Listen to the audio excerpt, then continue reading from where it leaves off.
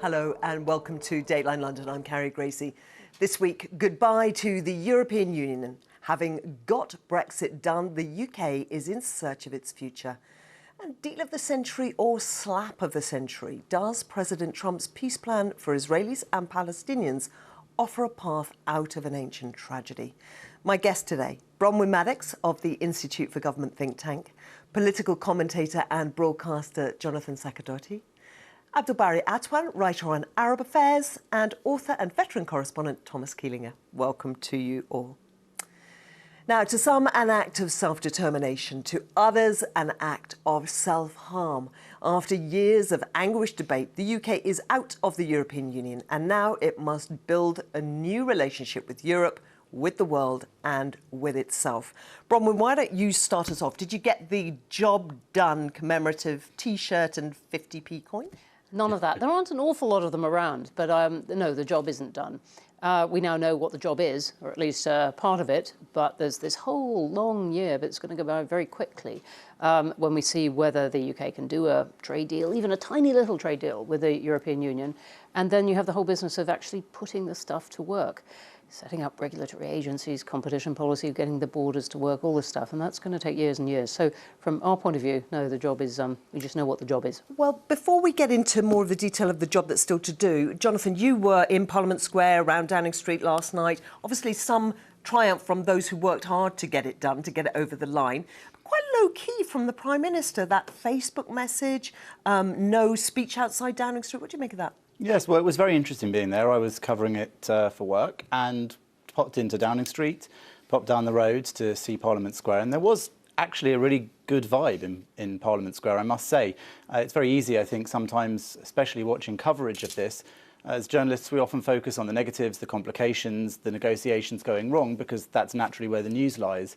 But I think in reality, I saw there many thousands of people who presumably represent many millions of people around the country who are actually extremely happy last night and were in a celebratory mood. But as you say, towards Downing Street, Boris Johnson was apparently locked away, wasn't seen all evening. It was left to Nigel Farage to give the rousing speech to the thousands who were there in Parliament Square. And it was interesting, I thought, that he released that little speech he did, the pre-recorded one, as you say, on Facebook. But then, interestingly, the BBC didn't run any of it. Sky ran a tiny section of it. The same, I believe, ITN, ITV also didn't run it. It shows a change, I think, in how the Prime Minister's trying to speak to the nation. It was an open access pool clip. I mean, going to the European reaction then, Thomas, I mean, there wasn't a mood of good riddance, or one that I could detect. No. It was a sad, contemplative mood. Yeah, right? sort of melancholic resignation almost, that you can't change anything about it. But it's an unfortunate moment in history for Britain to be leaving at this very moment, because the European Union is getting to develop into the direction that Brits always wanted it to be. We wanted a more intergovernmental relationship and so forth, greater freedom for individual states. It's not the superpower federal super states anymore. And so why leave at this moment? But we have to do without Britain. And when you ask what is the new role for the UK, it's going to be the same question for the European Union. What is your new role without an important member like Britain, and so forth? So we are in an uncertain stage of history again, yet more uncertainty. What else is new? And so when Boris talks about global Britain, my goodness me, in the global market, in the global world, there is imponderables up to the hilts. Really, it's very hard to define your new role. Well, let's put that to Barry. I mean, the view from outside of global Britain, now that Brexit is done, is it something that is understood in your part of the world, for example? You know, thank God it's finished. You know, this is a sigh of relief. No more talking about Brexit, because every time Middle Eastern people phoning me, I said, explain to us, explain to us. But anyway, I believe Britain, when it was within European Union, it was more influential on the international scene. I believe now it is very ambiguous state for them. Maybe they will regain their sovereignty when they go out of European Union, but whether they will keep it when they sign this treaty, this deal with the American, for example, trade deal. So many people are saying that Britain could be a satellite state of United States, you know, to be honest, simply because it loses partly or completely its sovereign position in the international community. Other people are saying, okay, Britain lost its empire. Now it is losing Europe. I don't know whether this will be accurate or not. So I believe it is very, very ambiguous state we are going to. Whether, I haven't seen any commemoration, I haven't seen any celebration. It is a historic day. Everybody's saying a historic day, but we cannot see that. I believe difficult days are coming. Well, to be fair, I mean, Jonathan was there and did see some celebration. If you'd gone to Parliament Square on Friday night, you would have seen celebration. Bronwen. But not millions, for example, not hundreds of thousands, for example. No, but there was a pretty emphatic general election. Okay, that's not flags and fireworks, but that was a pretty emphatic statement of national opinion. And that emphatic general election gave Boris Johnson a big parliamentary majority, which gives him the power to pursue a vision. So how can he put to rest the rather bleak description of affairs that we've just heard from Bari and tell the UK, Europe and the world that this is a nation with a renewal, as he put it? Well, I think if the economy is all right, he's probably going to be all right. That is not a completely independent question from the things that you just raised, because, of course, the economy will be affected enormously by the trade deals he now does. But it's even more, as you're hinting, at how he positions Britain, whether he looks like America's poodle. He's gone a long step in the past week to say, no, we're not, by signing the deal for Huawei, the Chinese tech giant, to do Britain's 5G. American diplomats this week very, very clear just how fed up they were, and they've had delegations here for months arguing for the opposite. So he put down that positioning, saying we're not going to sign up to everything America wants just because we want a trade deal. Equally with the European Union, he's got this very tight timetable of 11 months.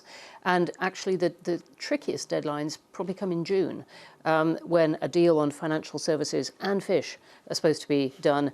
And he's got to decide whether he wants an extension to all this transition period by the end of the year. Now, he said, no, transition period must end in December. A trade deal is a bonus. It's not a goal. But these next 4 months are going to fly by. And I think he will probably have to compromise on fish in order to get the financial services where he wants. But we'll see. We shall see. Thomas, looking at it from a European point of view, I mean, obviously there were fine words about the friendship over the water, but they need the UK, I suppose, to be fairly successful because they need to trade with it, but they don't want it to be such a big success that it puts the idea of Frexit, Grexit and all the rest of it back in other European members' minds. That's another important question. What will happen to the experiment that Britain is launching herself into now?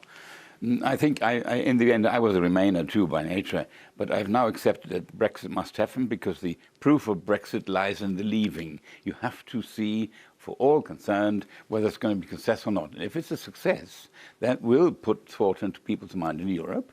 Wow, there is a life outside the club. It isn't like Hotel California. You can check out, but you can never leave. You can leave. And that's the good thing about it. The EU must not be seen to be a club from which you cannot leave. I mean, it's a democratic institution which allows you to leave if you want to. And if it's a success, well, there are some countries in the European Union who are not totally committed to it in mind, Poland, Hungary, and so forth. Altogether, the European Union is in flux herself. And very much rests on the question, how will it all pan out? We don't know. It's another uncertainty. That's all I can say. But we are desperately hoping that it will not become too successful in order to give people an idea in Europe that other countries might follow suit and copy the British example and want out. So we are a little bit between the rock and the hard place, as they say. Yes, we want Britain all the best and so forth, but we can't afford for this experiment to end up so successfully as to create uncertainty whether the European Union has a life beyond short term. You know, so it's desperately important. And, Jonathan, success in the eye of the beholder to a degree, because we saw, interestingly, the Prime Minister take his cabinet to Sunderland on Friday, on Brexit Day, to make a point about the levelling up that he said he wants to do. Now, how can he achieve that? Well, I think that Boris Johnson has a tough task, not just in relation to Brexit in that sense. Obviously, he's relying on this huge majority he got, a vote of confidence, no doubt, but also he needs to hang on to those seats which are new to his party. And I think that the Sunderland stunt, let's say, and there'll be plenty others like it, are on the one hand unfortunate political posturings, but on the other hand utterly essential. And it remains to be seen whether he'll carry them through. Will he make a success of Brexit? Will he make success in parts of the country outside London, especially in the north? And if he can deliver on those things, and more importantly, brand them as Boris successes, Conservative successes, then I think he may hang on to those votes and they may not have been lent to him after all. But of course, every Prime Minister has the best of intentions. We heard what Theresa May said on the steps of Downing Street when she went in. She didn't manage to deliver any of it. So whether Boris Johnson will be more fortunate remains to be seen, and it's down to luck as much as it is down to his own abilities. Well, I don't know that it's down to luck. I mean, it's also down to what you do, and she wasn't in a position to do anything. He does have this majority. There has been a decision that it matters a bit less if you ramp up borrowing, if you're going to spend it on infrastructure. And what's clear is that a wall of money is going to come out, headed towards the, or river of money, if you like, headed towards the north and Midlands. In the world. Whether there gets any return on that is a completely different subject. Absolutely. But Well, I believe, okay, to go to Sunderland, the base of Brexit, the first, city which supported it is good. But I believe he should go to Scotland, for example. He should go there because, the European flag's still flying there. And he should go to Northern Ireland because, those people are voted against Brexit. I think he should change his priorities. Now, is he going to unify the whole of Britain? Is he going to be, not the last Prime Minister who actually ruling the whole United Kingdom or part of United Kingdom? This is the biggest question which should be asked. About the American trade deal, I don't believe it will come free. We know how Trump is dealing with his friends and allies in Canada, for example, how he's dealing with the European Union, imposing sanctions against them, imposing, trade sanctions. So we should not be that optimistic. I believe it could be extremely difficult whether to sign this deal with the American, also how to sign the same deal with Europe. Definitely Europe will suffer because Britain exit. Britain is the second biggest economy in Europe. So I think it is very, very ambiguous period. And Bronwen, on that disunited kingdom point that Barry was making a moment ago, of course, we saw the Union flags flying at 11 o'clock on Friday night, but we also saw Nicola Sturgeon pledging to, First Minister of Scotland, pledging to end the Union. How can Boris Johnson head that off? He can, for the moment, just try and stall the Scottish question. And she is going to try to ramp up the pressure. Very organised, very noisy. There are Scottish Parliament elections next year, 2021. And if her party, the SNP, is successful in those, she's really going to try and put up the pressure. But constitutionally, he can try and ignore that. To me, the actually more difficult problem is Northern Ireland, where his deal has really aggravated a lot of people, even those who describe themselves as unionist, in quiet ways, demographic and politically. I think pressure for reunification is just ticking up. That is actually a harder but quieter pressure for him to contain, I think. We're now talking about the real issue which matters, which is the domestic agenda of politics in Britain, which has been hugely neglected in the years of the warfare about Brexit. There is building sites all over about the NHS, about housing, about social care for the elderly and so forth, and the centrifugal forces that work against the unity of the kingdom. And so before you want to be a global power, make sure that you have a domestic power and you can deal with these problems and really remove the rather rotten state that you find in many areas in British domestic politics. And there we will leave that. We will leave the Prime Minister get on with that and we'll return to it when we have something to witness. Now, President Trump called it the deal of the century, but he unveiled it alongside a smiling Israeli Prime Minister and without any Palestinians present. His deal would give Israel undivided control of Jerusalem, all existing settlements on the West Bank, and an effective veto over the creation of a Palestinian state. In exchange, Palestinians would get a patchwork of territory, a freeze on future Israeli settlements, and an economic injection of aid. Well, Israeli-Palestinian peace initiatives are thin on the ground, and the Trump plan has been 2 years in the making. But the Palestinian Authority immediately said it was destined for the dustbin of history. Now, Barry, you grew up in the Gaza Strip. You are Palestinian. Was it really wise to reject this out of hand like that? Yes. Why? Because is nothing left to the Palestinians. The Palestinians were not invited to this celebration on the White House of this deal. You know, when Trump gave them Jerusalem, whole of Jerusalem, when he said there is no right of return, when he gave Netanyahu the annexation of all the settlements, more than 500 settlements in the West Bank, which more than 30% of the territory is there, when he actually take the whole of the water resources, no Palestinian actually border with Jordan, so no Oslo agreement even. So why they can't say yes to this? I believe, you know, he gave Netanyahu a lot of political gifts, and he gave Iran is the biggest gift. Iran is waiting for this. They will mobilize the Arab world against this deal, against American, against the Israelis, and all the radicals will be in their hands. This is the problem. So he buried also the two-state solution. He buried the international law and all UN Security Council resolutions, which actually was very fair to both sides. OK, we'll come back to some of that in a moment, and we'll come to, Jonathan, your perspective as well. But first, Thomas, you have seen, I mean, you served in Washington, you've seen a lot of US efforts to bring these two parties together. Was it, in your view, to watch President Trump with Benjamin Netanyahu and without the Palestinians, was that an odd way of going about a peace deal? It certainly was. When it began in the Camp David in 1978, I happened to have been there when I was covering America, you had at least all the leading participants. President Sadat of Egypt, you had Menachem Begin of Israel, and Jimmy Carter all together trying to some kind of solution at the exclusion of the settlement issue. I agree. We knew at the time if the settlements are not dealt with satisfactorily over time, this peace progress will not go anywhere. It will not solve anything because that's the central issue. But at least you had the visible presence of the main players. And Trump, I agree with Barry here, Trump's omission of Palestinian representatives. It's very difficult, by the way, to have a Palestinian representative because Abbas has cut off relations with America, diplomatic relations, and yet Trump could have tried in the running up to this peace deal to get some sort of cooperation.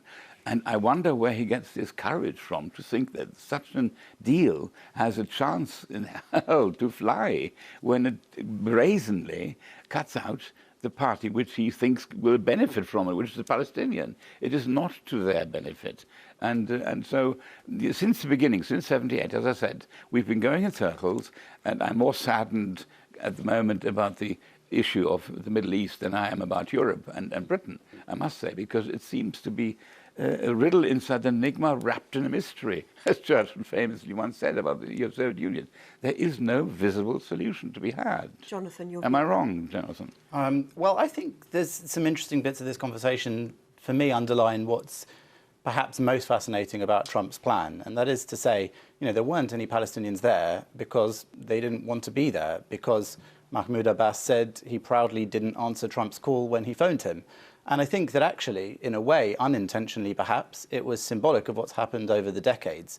The Palestinians have rejected every single deal that's been put to them, whether it was by Ehud Barak, whether it was by Olmert, whether it was by Clinton, whether it was the Kerry principles, the Clinton principles, Oslo, oftentimes actually deciding instead to launch catastrophic, murderous suicide bombing attempts. And I think that this showed that because there's constant rejection, this president, like him or lump him, does things differently. And I think perhaps what he's trying to do, and of course it pleased many in Israel, is to shift the story of how these sorts of talks work. Certainly. And yet, do you think it was even-handed in the actual design of it, or indeed in the announcement, unveiling of it? I don't think it was even-handed at all. I think what it was trying to do, perhaps, is to say that over the years it's been very uneven-handed the other way around, that certainly 8 years of Barack Obama pushing for freezes, pushing for concessions from Israel, pushing for territorial concessions, didn't get anyone towards peace. And I think that what the attempt here was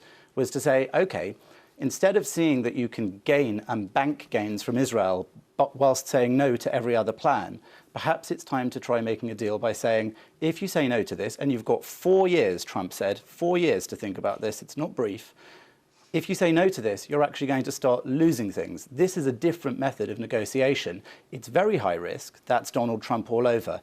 But I think there is some validity in saying that this is a new attempt to try and see whether Palestinian rejectionism, which often results in more violence, previous attempts have resulted in increased violence, whether or not this will actually push things the right way. And some of the other things that Trump has done, for example, recognition of Jerusalem as the capital of Israel, were said to be things that would kick off an enormous wave of violence in the area. They didn't. And this as well has had quite some support from quite a lot of Arab states, not all of them, of course. They're all independent countries that speak independently of each other. But to have managed to gain that much support, to have managed to have gained quiet support from countries around the world, to have also promised various things to the Palestinians that aren't everything they wanted, but 50 billion in investment, all those sorts of things. Gary, surely we've had quite a lot of that point of view, and which I must say has given me a kind of out-of-body experience. This is not a negotiation. This is Trump, as a consequence of years of imposing something that is in every respect what Netanyahu wanted. It gives nothing to the Palestinian side whatsoever. I'm very struck by how past Israeli negotiators like Daniel Levy have come out and said this shows contempt for Palestinian aspirations and humanity. Past American negotiators like Dennis Ross come out and said, actually, this could backfire on Israel by leading to one state. But it is absolutely clear it is the end of the two-state solution, which has represented decades of world effort as well as American effort. And I think to portray it as simply part of a narrative of Palestinian rejectionism is exactly what Israel would like this to be, but it is something that Palestinians simply would have to reject because it does not give them a country. And yet, what can Palestinians now do, and where is the leadership to do it? You know, first, Trump has no right to impose solution on the Palestinian. He has no right to give the Israeli 30% of the West Bank. He has no right, actually, to kill the two-state solution and international legality. It is not American territory to give it to the Israelis, you know, to give Golan Heights to the Israelis. So Barry, understanding that you think this is an illegitimate peace plan and has no future, what can Palestinians do? Yeah, I would like to remind everybody that the Palestinians accepted all United Nations resolutions. They signed Oslo agreement with the Israelis on the White House, and the sponsorship was the American administration. And they have been talking to the Israeli, negotiating for 26 years. What's the outcome? The outcome is more than 800 Jewish settlers were actually settled on the West Bank. The other thing, Israel said clearly, they passed the national law, Israel is a Jewish state. So it means other Christian or Muslim Palestinian, they has no right at all to be in these territories. So what shall we negotiate at? You know, what is left? What will happen? What will happen? I'll tell you what will happen. That's my question to you. What will you do? Okay, what can Palestinians do? Why the Palestinians accept the international legality? Because the West, American, came to them, say, look, stop the arms struggle and listen to your enemy, talk to your enemy, and reach a settlement, and we will help you.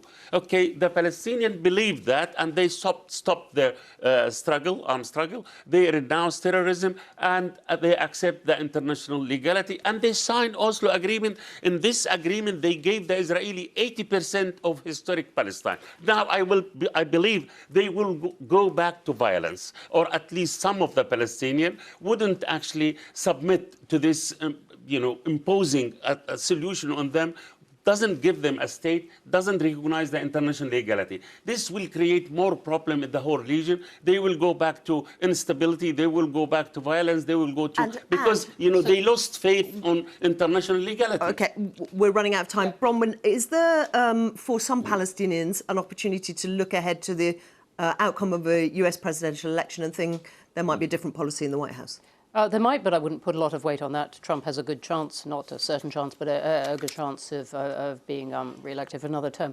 No, I think the question of what they can do is a very interesting one. They can certainly begin to argue, as some of them are, look, this is one state now, give us the vote within Israel. That's something that could begin to give Israel quite a bit of trouble. They have very few allies in this, but Jordan has come out very strongly in this, and Jordan is important for any kind of Israeli peace going forwards.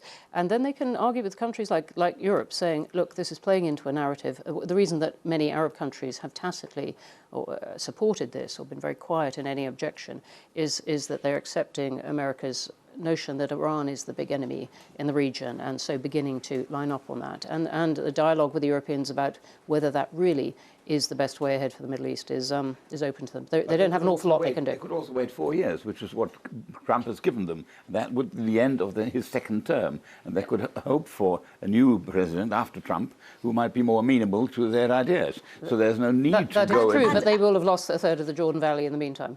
Yes, because that's surely the question, Jonathan.